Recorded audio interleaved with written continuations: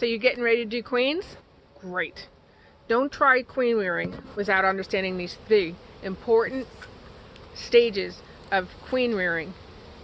If you understand them, you have a much better chance at getting your queen rearing right and not being frustrated and not trying again. So let's go.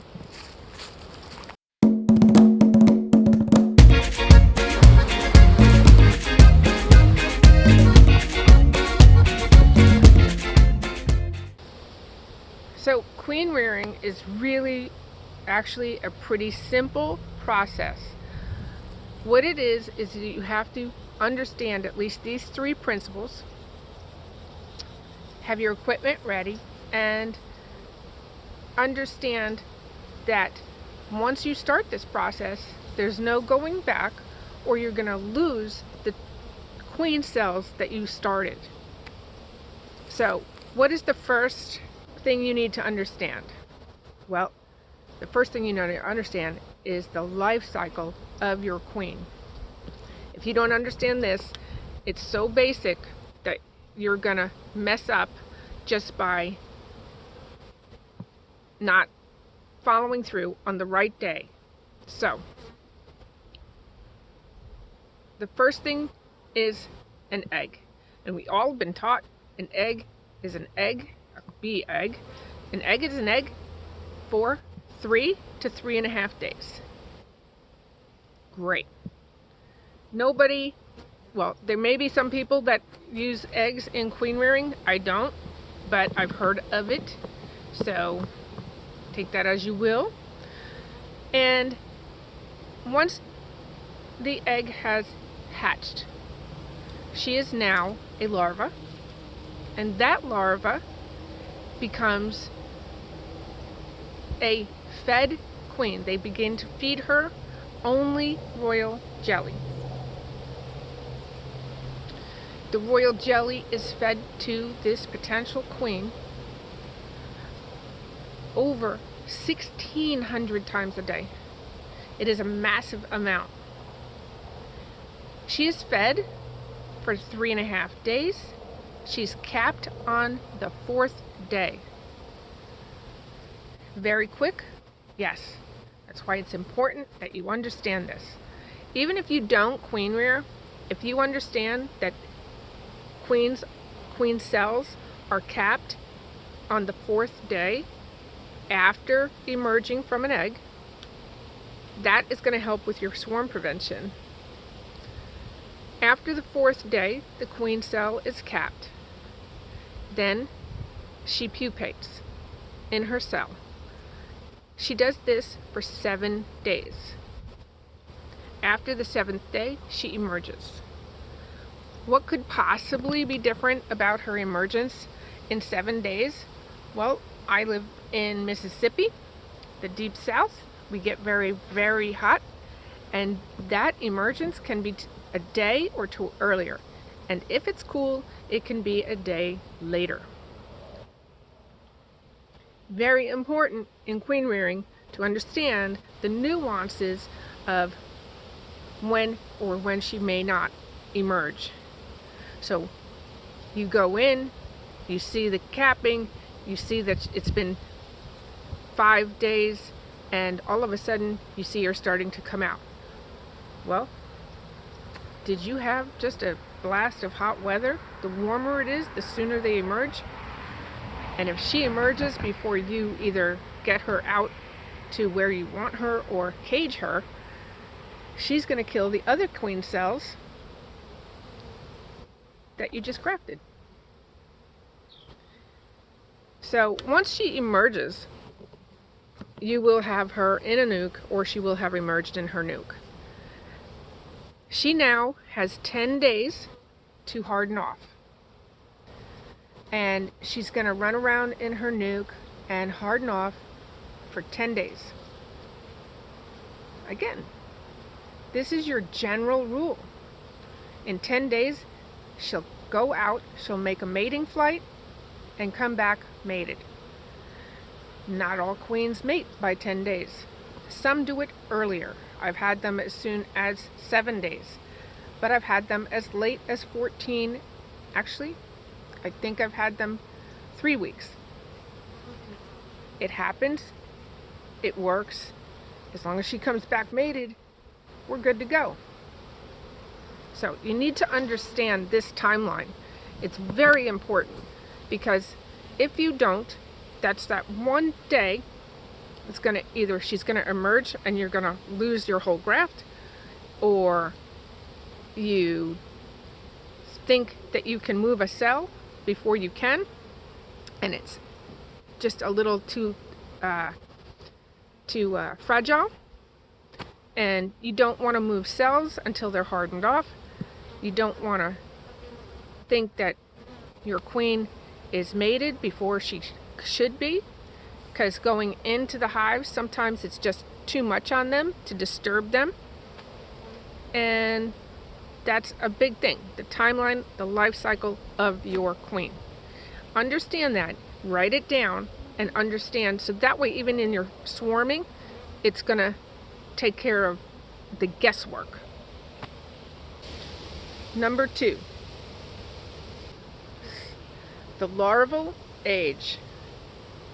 How old should your larva be to graft into a queen cell? Well, there's an easy kind of way to keep in your mind the picture of how big that larva needs to be. And what you want to remember is you want it to be this banana shape and not a C shape. Once that larva has become a C shape, she's almost getting to the point of being too old.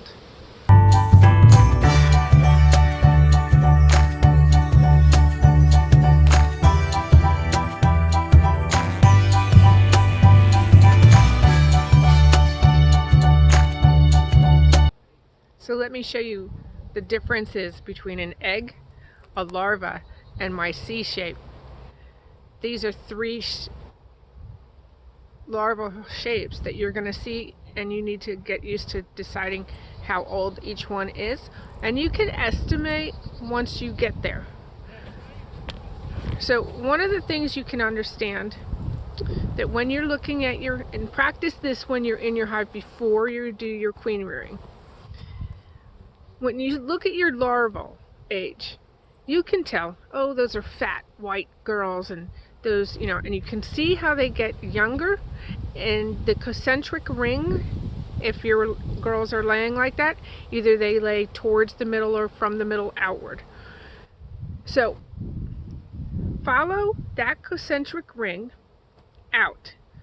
Generally, there may be right in the middle of the frame, the oldest, maybe even capped, and they are big fat white larvae. Follow it out, and they will get younger and smaller and smaller and younger. You want to follow that aging all the way out to what we call the egg line.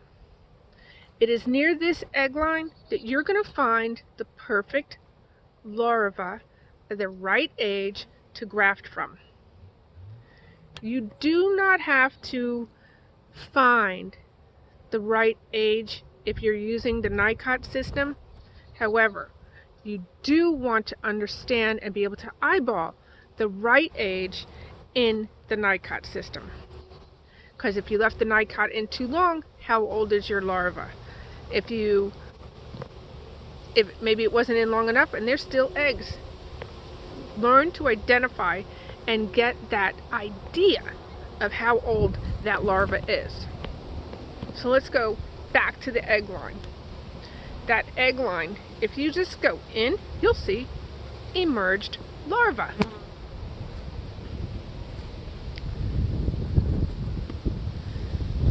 That larva is what you want. You want that larva not dry. You want it sitting in a puddle of royal jelly. Now, again, we go back and forth to nutrition, because one is not negate the other. You have the right age larva. Can you use it if it's dry? Sure. But you really want to try to boost that hive's nutrition so that they are giving that larva, even though it's worker, a ton of royal jelly to sit in. So, even when I do my grafting, I go to my egg line and I find my right age larva. I always try to, I think in my head, maybe it's too big. As you see, I wear eyeglasses. I'm not, 20. I used to never wear glasses. Now I wear glasses all the time. When I graft, I have a jeweler set that gives me even more visibility of those larvae. Not a bad idea to invest in some type of eyeglass wear. You might just get an over-the-counter or the jeweler set. Go to the egg line, move in one until you start to see that larva and graft those. Not the C shape, but the banana shape. Now you're going to see a very, very pronounced size difference as they grow because they are still growing very quickly. But an optimum time is once the egg has hatched, between the 12 and 24 hour period of a larva. That's where you want to graft. Can you do it after? Yes, probably up to 48 hours.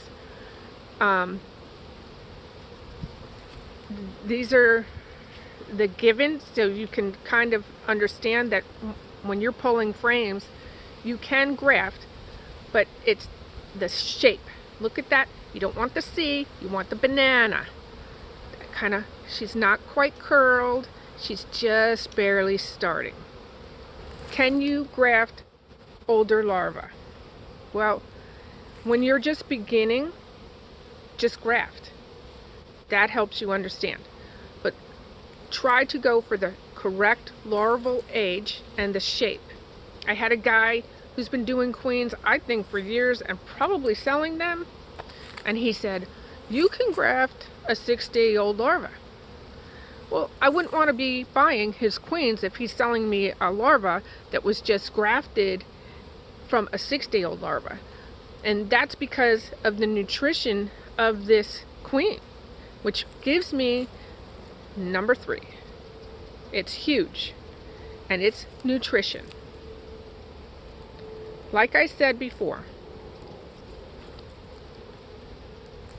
a larva of a queen, once you've grafted her, is fed well over 1,600 times a day.